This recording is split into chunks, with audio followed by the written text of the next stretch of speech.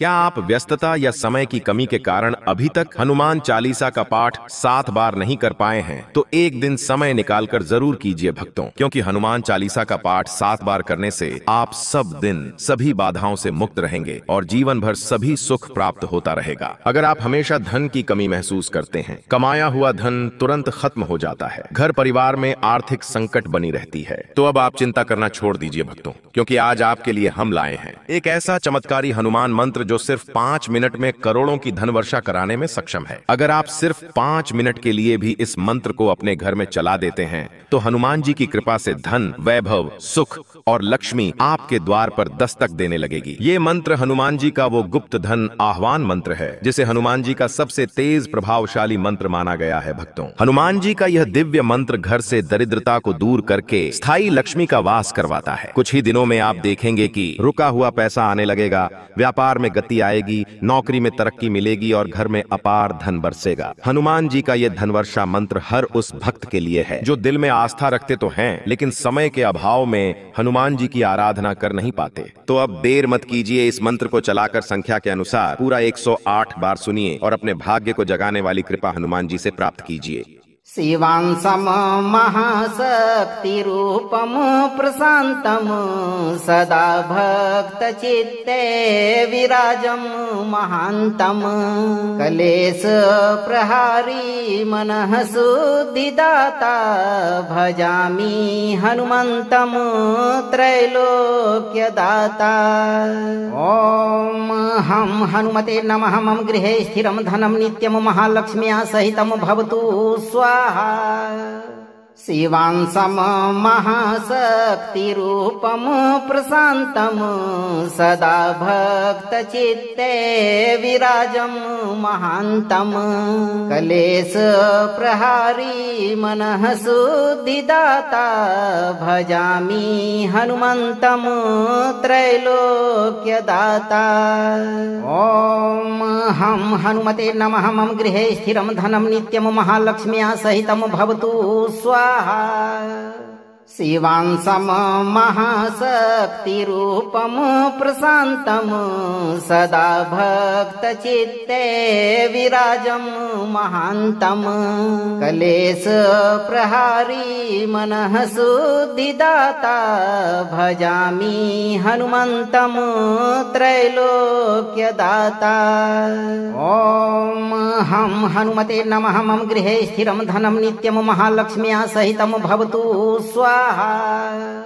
शिवांसम महाशक्तिरूपम प्रशांतम सदा भक्त चित्ते विराजम महांतम कलेश प्रहारी मनः शुद्धिदाता भजामि हनुमंतम त्रैलोक्यदाता।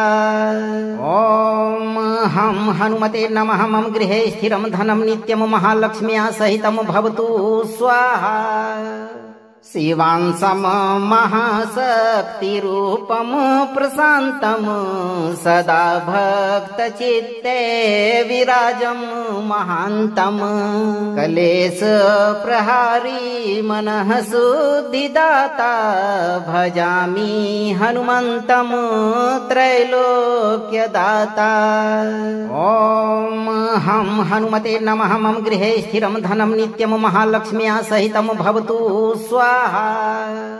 शिवांसम महाशक्तिरूपम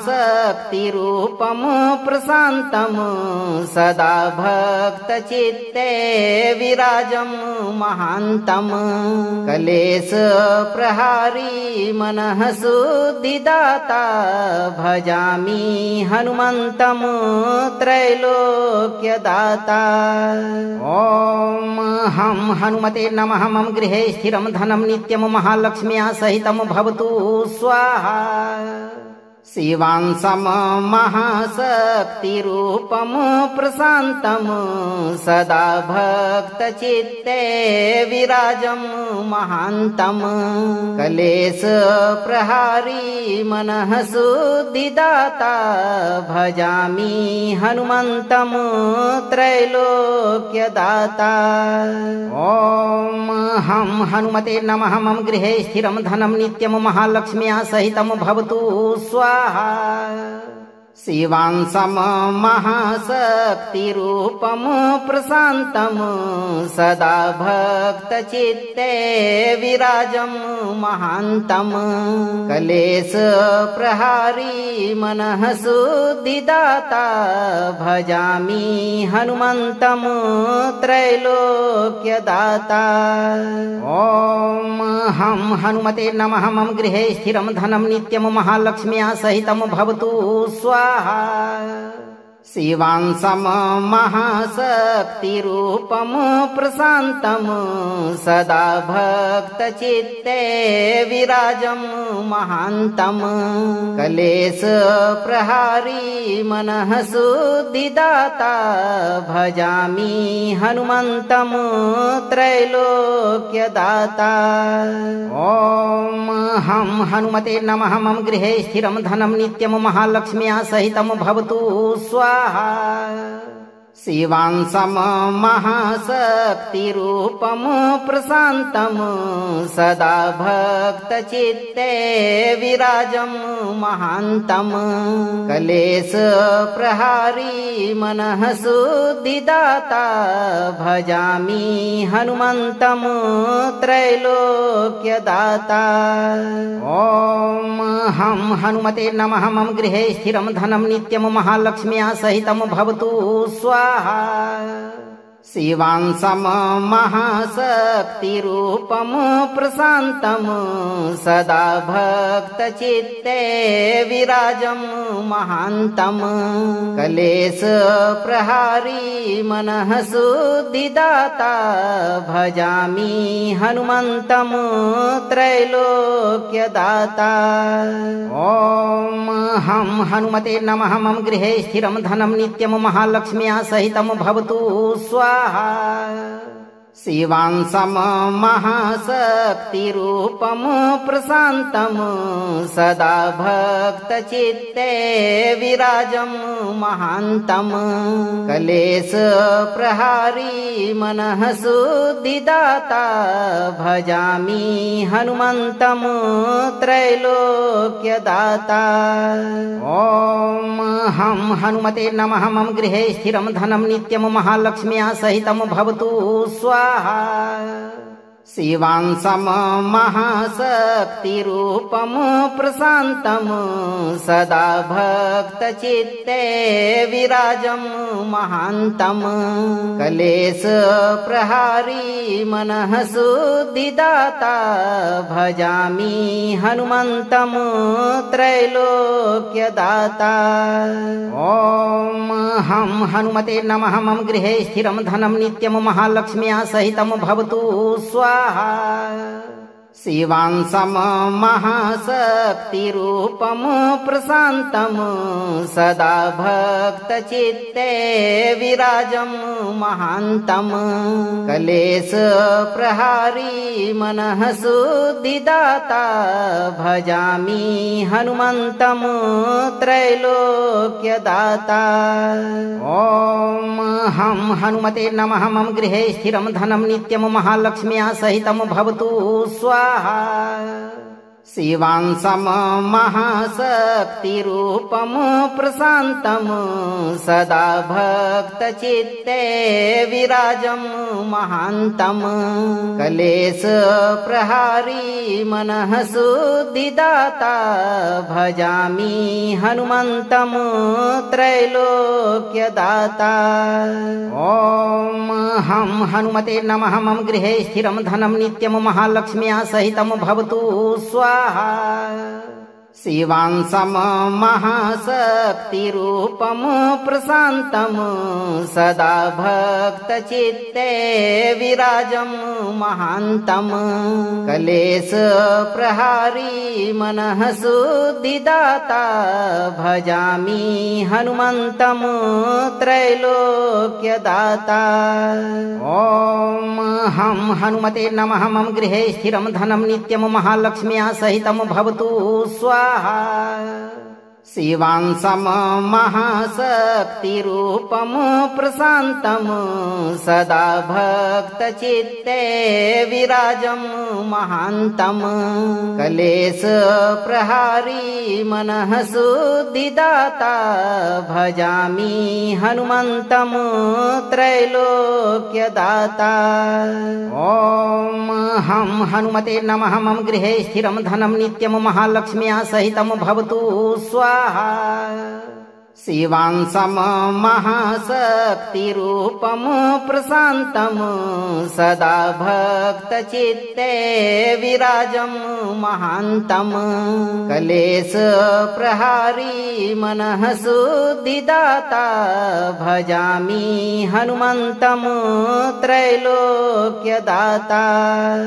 ॐ हं हनुमते नमः। मम गृहे स्थिरं धनं नित्यं महालक्ष्म्या सहितं भवतु स्वाहा। शिवांसं महाशक्तिरूपं प्रशान्तं सदा भक्तचित्ते विराजं महान्तं क्लेशप्रहारी मनः शुद्धिदाता भजामि हनुमन्तं त्रैलोक्यदाता। ॐ हं हनुमते नमः। मम गृहे स्थिरं धनं नित्यं महालक्ष्म्या सहितं भवतु स्वाहा।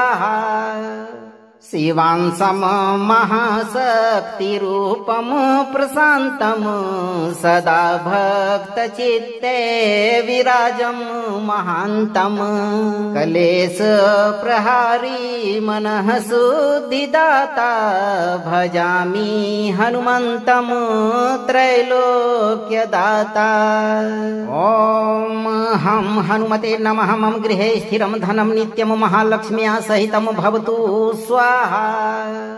शिवांसं महाशक्तिरूपं प्रशान्तं सदा भक्तचित्ते विराजं महान्तं क्लेशप्रहारी मनः शुद्धिदाता भजामि हनुमन्तं त्रैलोक्यदाता। ॐ हं हनुमते नमः। मम गृहे स्थिरं धनं नित्यं महालक्ष्म्या सहितं भवतु स्वाहा। शिवांसं महाशक्तिरूपं प्रशान्तं सदा भक्तचित्ते विराजं महान्तं क्लेशप्रहारी मनः शुद्धिदाता भजामि हनुमन्तं त्रैलोक्यदाता। ॐ हं हनुमते नमः। मम गृहे स्थिरं धनं नित्यं महालक्ष्म्या सहितं भवतु स्वाहा। शिवांसं महाशक्तिरूपं प्रशान्तं सदा भक्तचित्ते विराजं महान्तं क्लेशप्रहारी मनः शुद्धिदाता भजामि हनुमन्तं त्रैलोक्यदाता। ॐ हं हनुमते नमः। मम गृहे स्थिरं धनं नित्यं महालक्ष्म्या सहितं भवतु स्वाहा। शिवांसं महाशक्तिरूपं प्रशान्तं सदा भक्तचित्ते विराजं महान्तं क्लेशप्रहारी मनः शुद्धिदाता भजामि हनुमन्तं त्रैलोक्यदाता। ॐ हं हनुमते नमः। मम गृहे स्थिरं धनं नित्यं महालक्ष्म्या सहितं भवतु स्वाहा।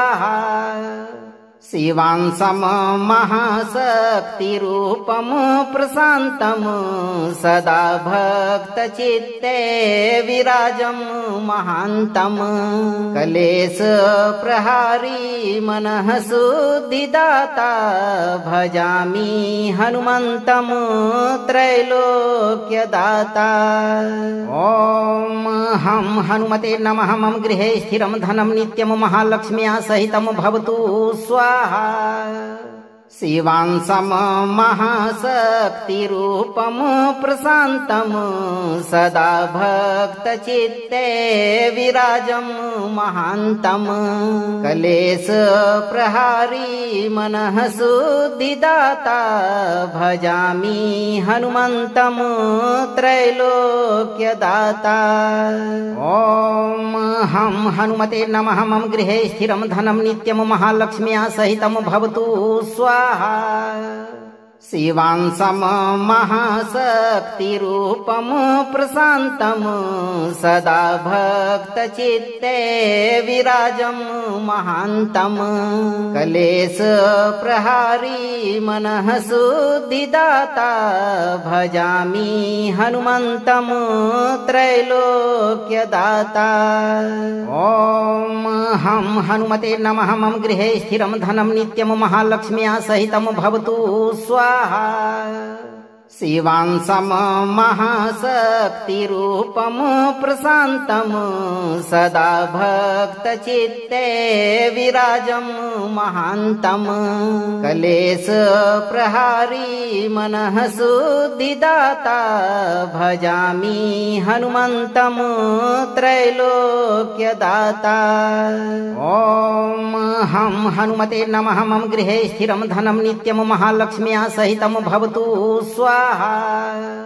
शिवांसं महाशक्तिरूपं प्रशान्तं सदा भक्तचित्ते विराजं महान्तं क्लेशप्रहारी मनः शुद्धिदाता भजामि हनुमन्तं त्रैलोक्यदाता। ॐ हं हनुमते नमः। मम गृहे स्थिरं धनं नित्यं महालक्ष्म्या सहितं भवतु स्वाहा।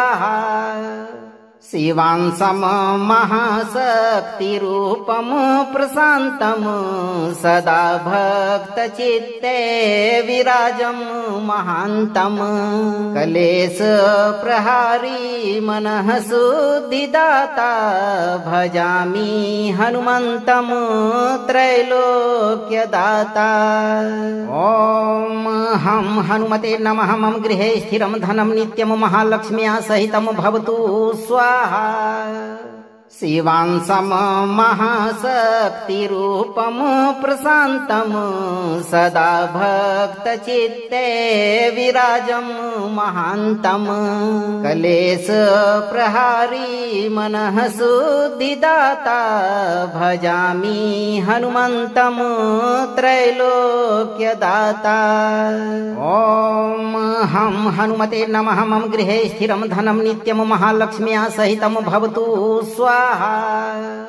शिवांसं महाशक्तिरूपं प्रशान्तं सदा भक्तचित्ते विराजं महान्तं क्लेशप्रहारी मनः शुद्धिदाता भजामि हनुमन्तं त्रैलोक्यदाता। ॐ हं हनुमते नमः। मम गृहे स्थिरं धनं नित्यं महालक्ष्म्या सहितं भवतु स्वाहा। शिवांसं महाशक्तिरूपं प्रशान्तं सदा भक्तचित्ते विराजं महान्तं क्लेशप्रहारी मनः शुद्धिदाता भजामि हनुमन्तं त्रैलोक्यदाता। ॐ हं हनुमते नमः। मम गृहे स्थिरं धनं नित्यं महालक्ष्म्या सहितं भवतु स्वाहा। शिवांसं महाशक्तिरूपं प्रशान्तं सदा भक्तचित्ते विराजं महान्तं क्लेशप्रहारी मनः शुद्धिदाता भजामि हनुमन्तं त्रैलोक्यदाता। ॐ हं हनुमते नमः। मम गृहे स्थिरं धनं नित्यं महालक्ष्म्या सहितं भवतु स्वाहा। शिवांसं महाशक्तिरूपं प्रशान्तं सदा भक्तचित्ते विराजं महान्तं क्लेशप्रहारी मनः शुद्धिदाता भजामि हनुमन्तं त्रैलोक्यदाता। ॐ हं हनुमते नमः। मम गृहे स्थिरं धनं नित्यं महालक्ष्म्या सहितं भवतु स्वाहा।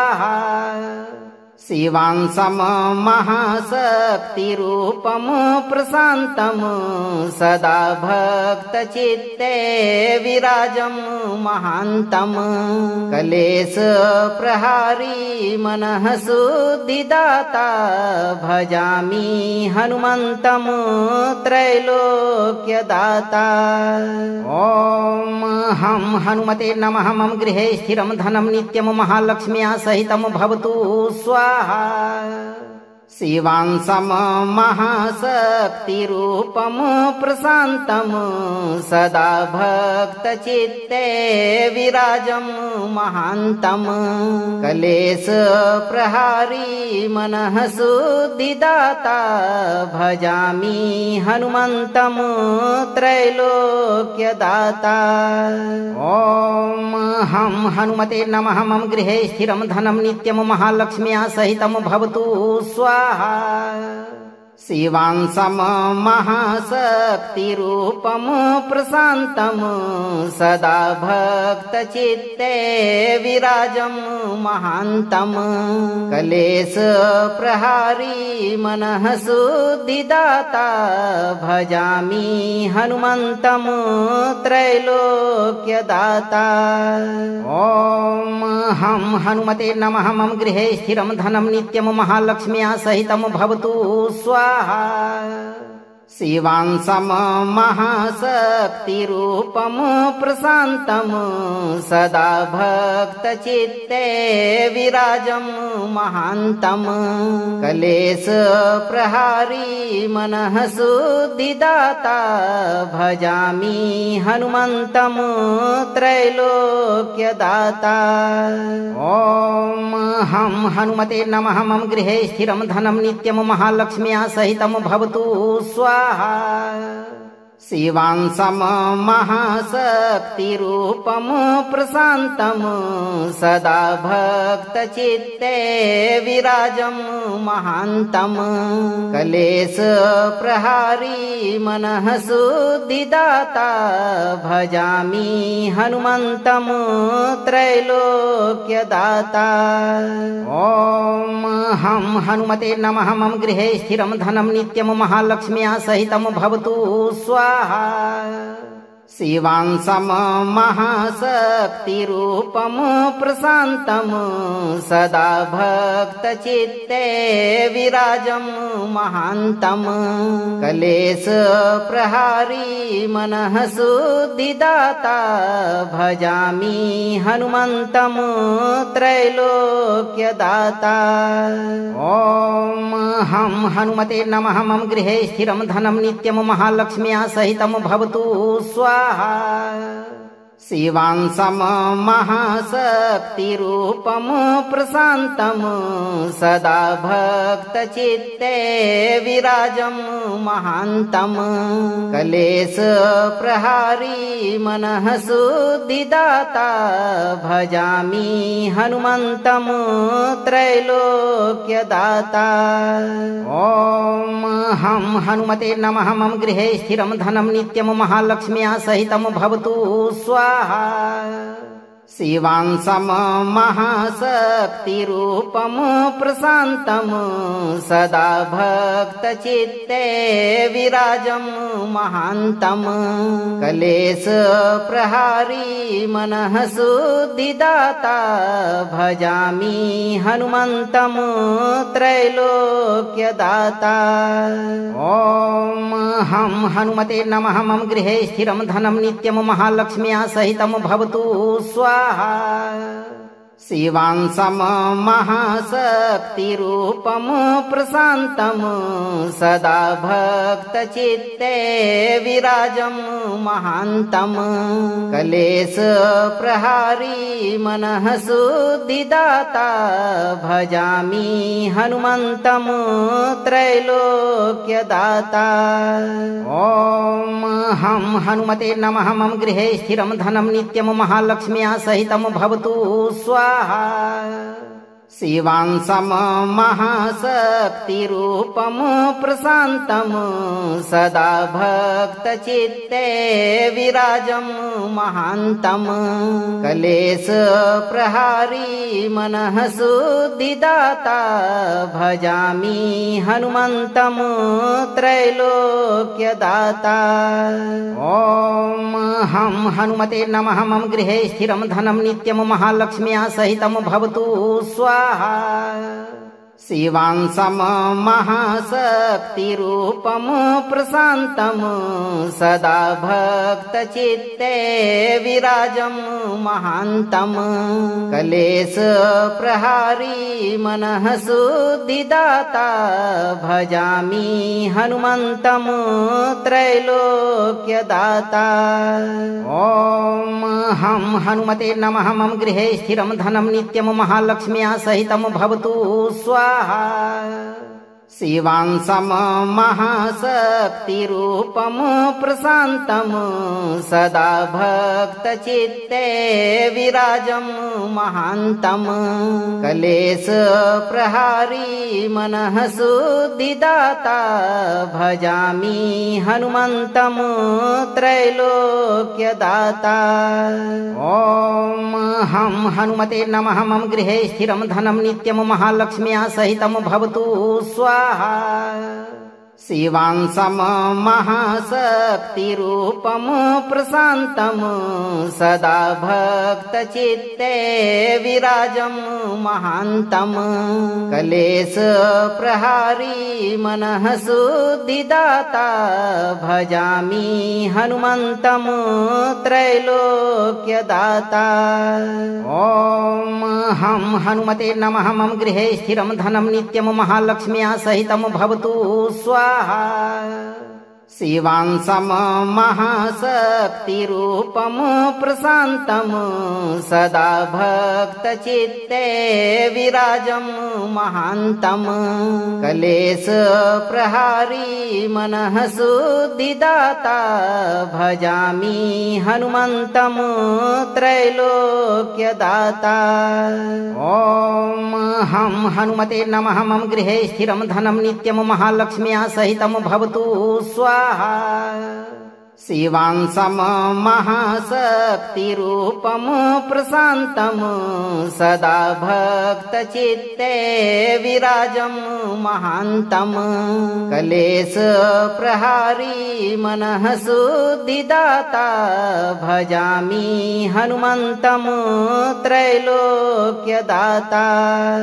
ॐ हं हनुमते नमः। मम गृहे स्थिरं धनं नित्यं महालक्ष्म्या सहितं भवतु स्वाहा। शिवांसं महाशक्तिरूपं प्रशान्तं सदा भक्तचित्ते विराजं महान्तं क्लेशप्रहारी मनः शुद्धिदाता भजामि हनुमन्तं त्रैलोक्यदाता। ॐ हं हनुमते नमः। मम गृहे स्थिरं धनं नित्यं महालक्ष्म्या सहितं भवतु स्वाहा। शिवांसं महाशक्तिरूपं प्रशान्तं सदा भक्तचित्ते विराजं महान्तं क्लेशप्रहारी मनः शुद्धिदाता भजामि हनुमन्तं त्रैलोक्यदाता। ॐ हं हनुमते नमः। मम गृहे स्थिरं धनं नित्यं महालक्ष्म्या सहितं भवतु स्वाहा।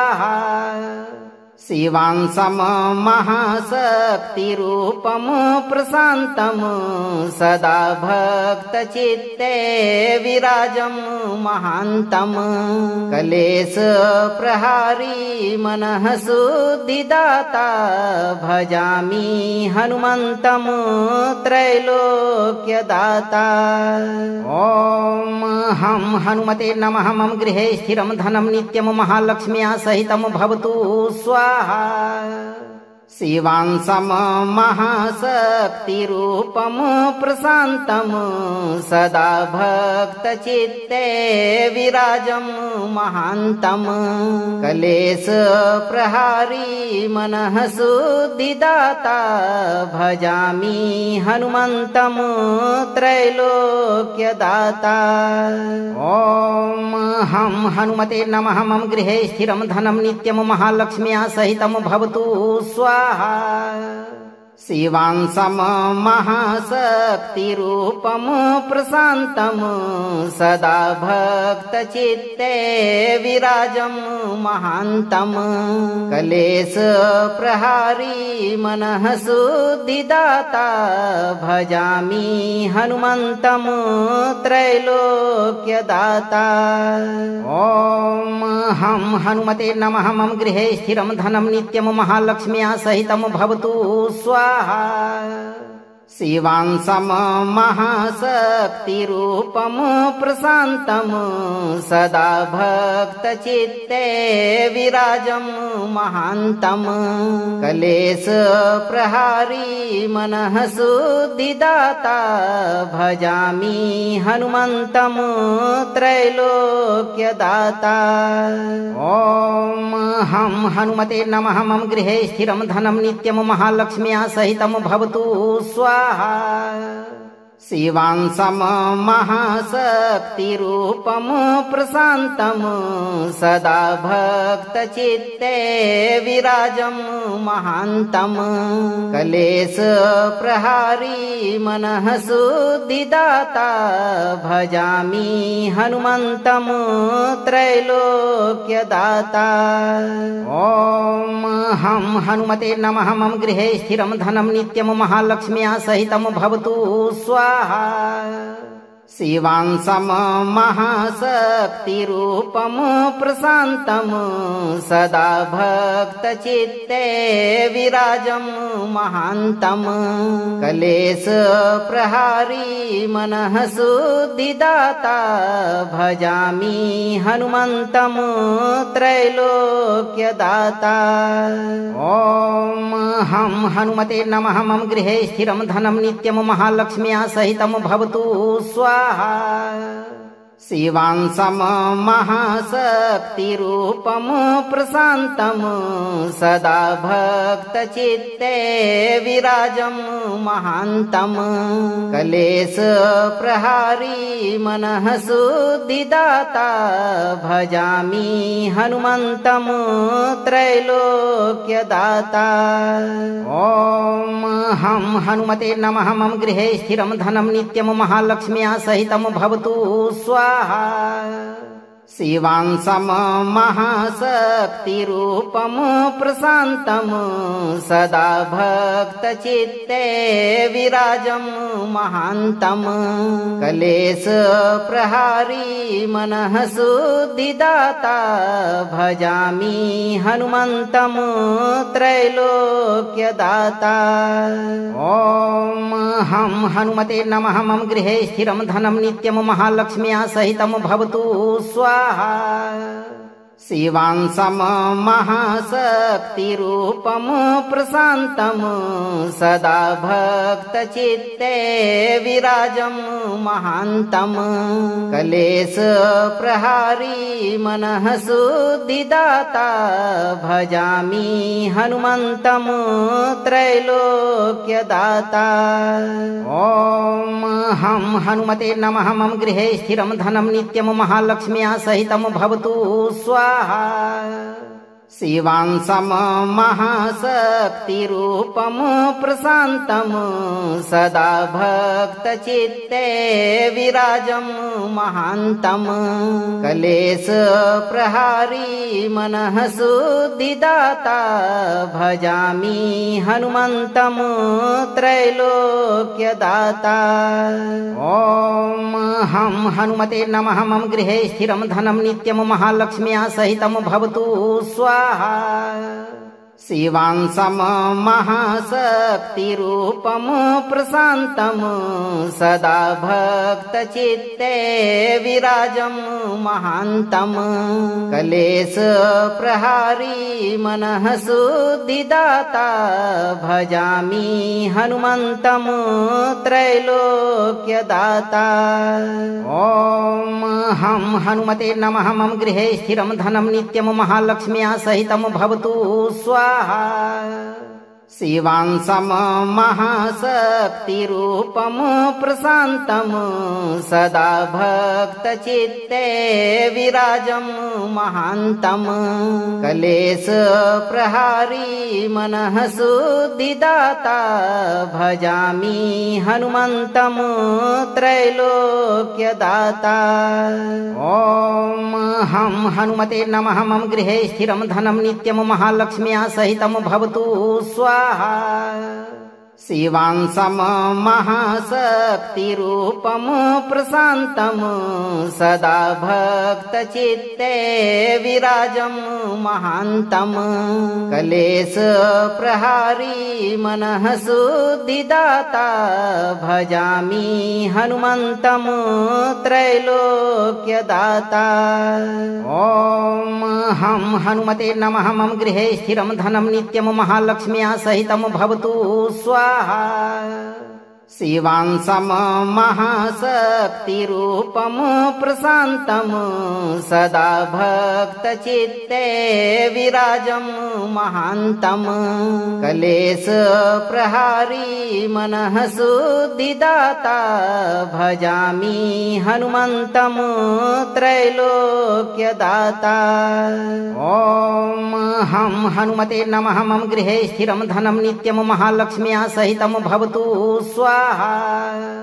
शिवांसं महाशक्तिरूपं प्रशान्तं सदा भक्तचित्ते विराजं महान्तं क्लेशप्रहारी मनः शुद्धिदाता भजामि हनुमन्तं त्रैलोक्यदाता।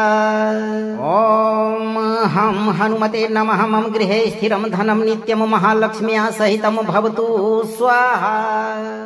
शिवांसं महाशक्तिरूपं प्रशान्तं सदा भक्तचित्ते विराजं महान्तं क्लेशप्रहारी मनः शुद्धिदाता भजामि हनुमन्तं त्रैलोक्यदाता।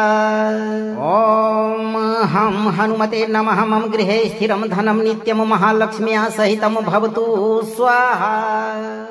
शिवांसं महाशक्तिरूपं प्रशान्तं सदा भक्तचित्ते विराजं महान्तं क्लेशप्रहारी मनः शुद्धिदाता भजामि हनुमन्तं त्रैलोक्यदाता। ॐ हं हनुमते नमः। मम गृहे स्थिरं धनं नित्यं महालक्ष्म्या सहितं भवतु स्वाहा। शिवांसं महाशक्तिरूपं प्रशान्तं सदा भक्तचित्ते विराजं महान्तं क्लेशप्रहारी मनः शुद्धिदाता भजामि हनुमन्तं त्रैलोक्यदाता। ॐ हं हनुमते नमः। मम गृहे स्थिरं धनं नित्यं महालक्ष्म्या सहितं भवतु स्वाहा। शिवांसं महाशक्तिरूपं प्रशान्तं सदा भक्तचित्ते विराजं महान्तं क्लेशप्रहारी मनः शुद्धिदाता भजामि हनुमन्तं त्रैलोक्यदाता।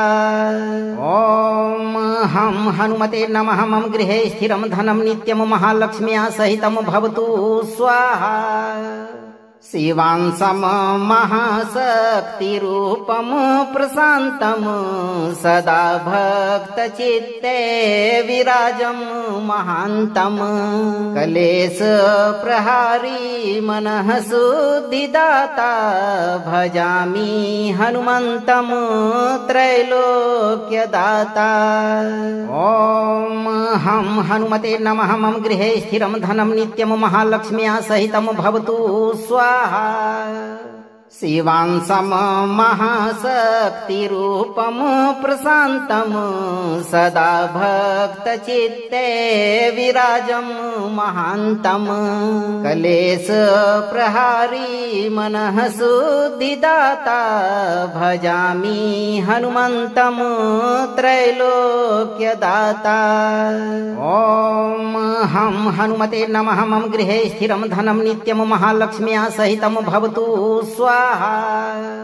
शिवांसं महाशक्तिरूपं प्रशान्तं सदा भक्तचित्ते विराजं महान्तं क्लेशप्रहारी मनः शुद्धिदाता भजामि हनुमन्तं त्रैलोक्यदाता।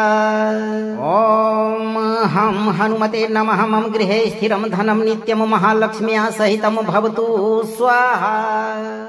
शिवांसं महाशक्तिरूपं प्रशान्तं सदा भक्तचित्ते विराजं महान्तं क्लेशप्रहारी मनः शुद्धिदाता भजामि हनुमन्तं त्रैलोक्यदाता।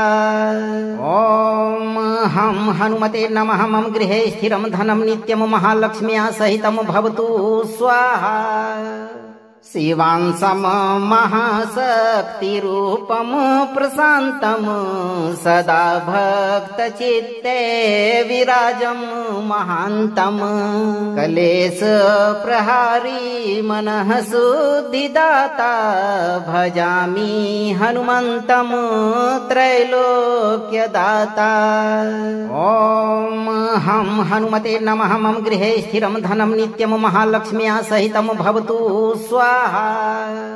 शिवांसं महाशक्तिरूपं प्रशान्तं सदा भक्तचित्ते विराजं महान्तं क्लेशप्रहारी मनः शुद्धिदाता भजामि हनुमन्तं त्रैलोक्यदाता। ॐ हं हनुमते नमः। मम गृहे स्थिरं धनं नित्यं महालक्ष्म्या सहितं भवतु स्वाहा। शिवांसं महाशक्तिरूपं प्रशान्तं सदा भक्तचित्ते विराजं महान्तं क्लेशप्रहारी मनः शुद्धिदाता भजामि हनुमन्तं त्रैलोक्यदाता। ॐ हं हनुमते नमः। मम गृहे स्थिरं धनं नित्यं महालक्ष्म्या सहितं भवतु स्वाहा। शिवांसं महाशक्तिरूपं प्रशान्तं सदा भक्तचित्ते विराजं महान्तं क्लेशप्रहारी मनः शुद्धिदाता भजामि हनुमन्तं त्रैलोक्यदाता।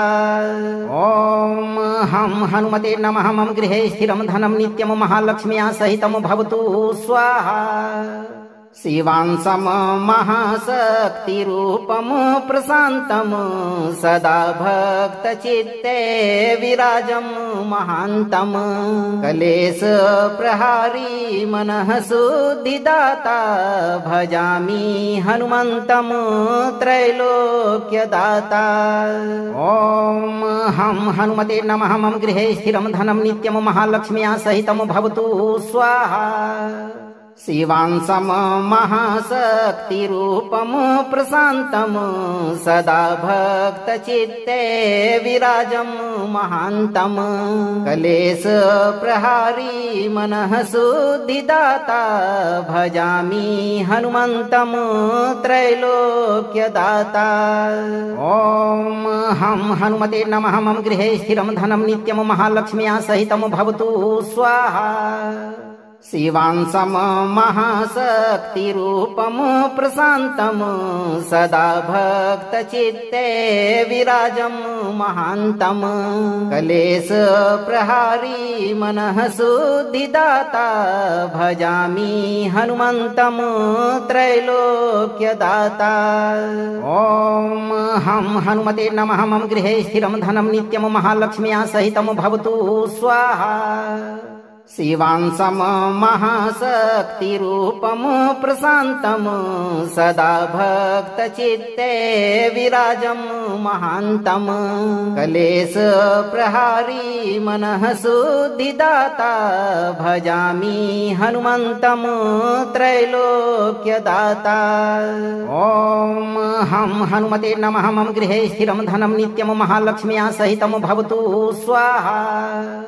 शिवांसं महाशक्तिरूपं प्रशान्तं सदा भक्तचित्ते विराजं महान्तं कलेशप्रहारी मनः शुद्धिदाता भजामि हनुमन्तं त्रैलोक्यदाता।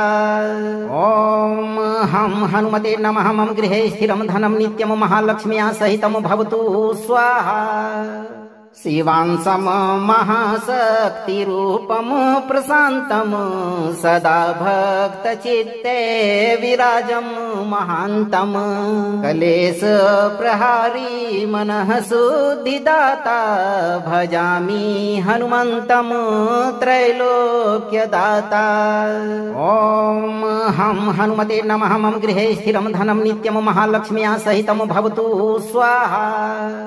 शिवांसं महाशक्तिरूपं प्रशान्तं सदा भक्तचित्ते विराजं महान्तं कलेशप्रहारी मनः शुद्धिदाता भजामि हनुमन्तं त्रैलोक्यदाता। ॐ हं हनुमते नमः। मम गृहे स्थिरं धनं नित्यं महालक्ष्म्या सहितं भवतु स्वाहा। शिवांसं महाशक्तिरूपं प्रशान्तं सदा भक्तचित्ते विराजं महान्तं कलेशप्रहारी मनः शुद्धिदाता भजामि हनुमन्तं त्रैलोक्यदाता। ॐ हं हनुमते नमः। मम गृहे स्थिरं धनं नित्यं महालक्ष्म्या सहितं भवतु स्वाहा। शिवांसं महाशक्तिरूपं प्रशान्तं सदा भक्तचित्ते विराजं महान्तं कलेशप्रहारी मनः शुद्धिदाता भजामि हनुमन्तं त्रैलोक्यदाता। ॐ हं हनुमते नमः। मम गृहे स्थिरं धनं नित्यं महालक्ष्म्या सहितं भवतु स्वाहा। शिवांसं महाशक्तिरूपं प्रशान्तं सदा भक्तचित्ते विराजं महान्तं कलेशप्रहारी मनः शुद्धिदाता भजामि हनुमन्तं त्रैलोक्यदाता।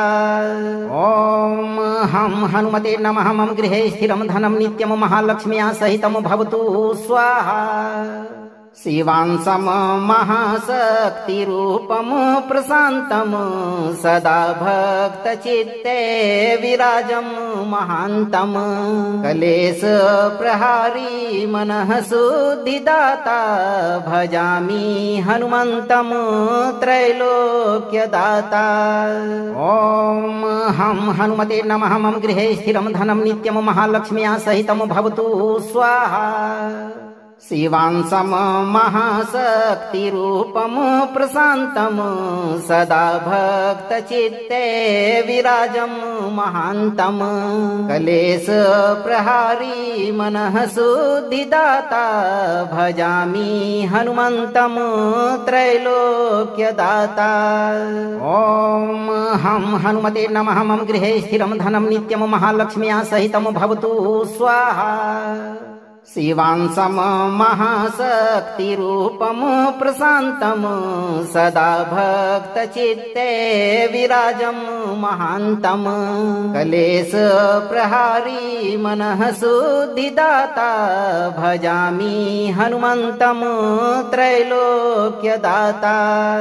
ॐ हं हनुमते नमः। मम गृहे स्थिरं धनं नित्यं महालक्ष्म्या सहितं भवतु स्वाहा। शिवांसं महाशक्तिरूपं प्रशान्तं सदा भक्तचित्ते विराजं महान्तं क्लेशप्रहारी मनः शुद्धिदाता भजामि हनुमन्तं त्रैलोक्यदाता। ॐ हं हनुमते नमः। मम गृहे स्थिरं धनं नित्यं महालक्ष्म्या सहितं भवतु स्वाहा।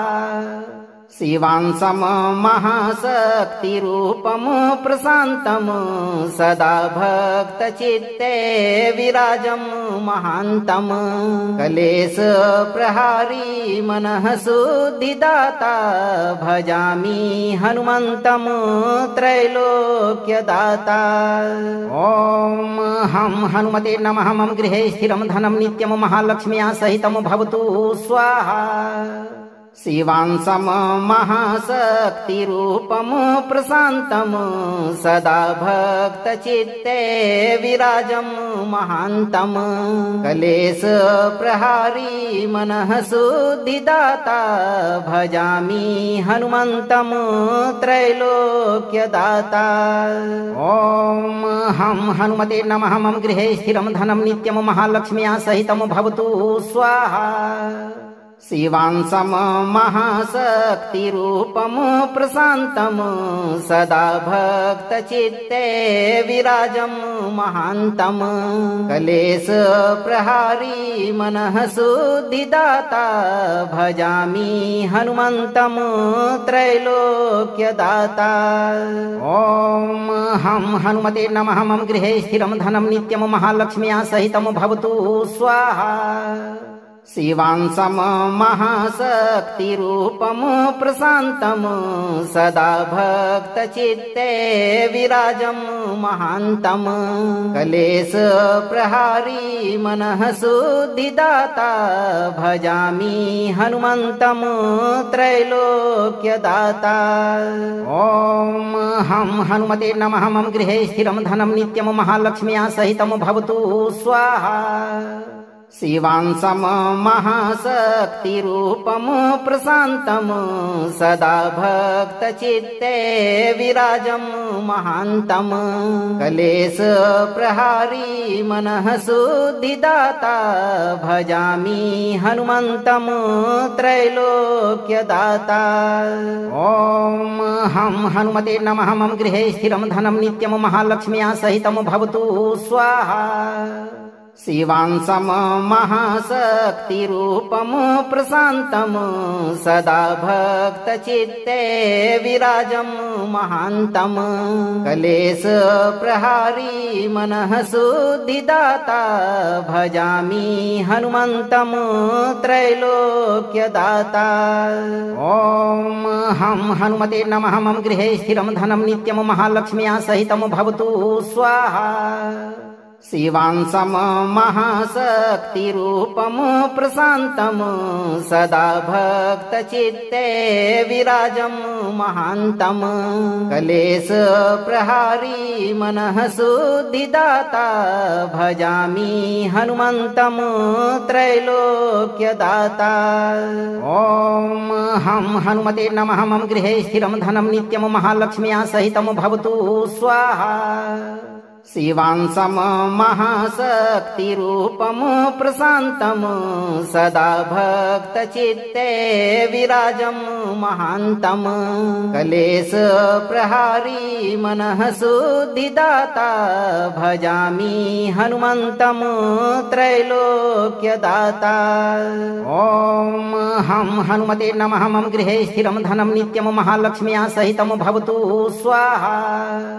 शिवांसं महाशक्तिरूपं प्रशान्तं सदा भक्तचित्ते विराजं महान्तं कलेशप्रहारी मनः शुद्धिदाता भजामि हनुमन्तं त्रैलोक्यदाता। ॐ हं हनुमते नमः। मम गृहे स्थिरं धनं नित्यं महालक्ष्म्या सहितं भवतु स्वाहा। शिवांसं महाशक्तिरूपं प्रशान्तं सदा भक्तचित्ते विराजं महान्तं कलेशप्रहारी मनः शुद्धिदाता भजामि हनुमन्तं त्रैलोक्यदाता। ॐ हं हनुमते नमः। मम गृहे स्थिरं धनं नित्यं महालक्ष्म्या सहितं भवतु स्वाहा। शिवांसं महाशक्तिरूपं प्रशान्तं सदा भक्तचित्ते विराजं महान्तं कलेशप्रहारी मनः शुद्धिदाता भजामि हनुमन्तं त्रैलोक्यदाता। ॐ हं हनुमते नमः। मम गृहे स्थिरं धनं नित्यं महालक्ष्म्या सहितं भवतु स्वाहा। शिवांसं महाशक्तिरूपं प्रशान्तं सदा भक्तचित्ते विराजं महान्तं कलेशप्रहारी मनः शुद्धिदाता भजामि हनुमन्तं त्रैलोक्यदाता। ॐ हं हनुमते नमः। मम गृहे स्थिरं धनं नित्यं महालक्ष्म्या सहितं भवतु स्वाहा। शिवांसं महाशक्तिरूपं प्रशान्तं सदा भक्तचित्ते विराजं महान्तं कलेशप्रहारी मनः शुद्धिदाता भजामि हनुमन्तं त्रैलोक्यदाता। ॐ हं हनुमते नमः। मम गृहे स्थिरं धनं नित्यं महालक्ष्म्या सहितं भवतु स्वाहा। शिवांसं महाशक्तिरूपं प्रशान्तं सदा भक्तचित्ते विराजं महान्तं कलेशप्रहारी मनः शुद्धिदाता भजामि हनुमन्तं त्रैलोक्यदाता। ॐ हं हनुमते नमः। मम गृहे स्थिरं धनं नित्यं महालक्ष्म्या सहितं भवतु स्वाहा।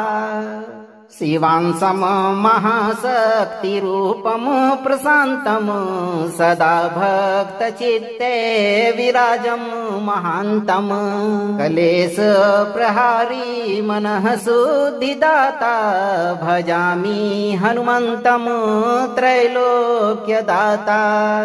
ॐ हं हनुमते नमः। मम गृहे स्थिरं धनं नित्यं महालक्ष्म्या सहितं भवतु स्वाहा।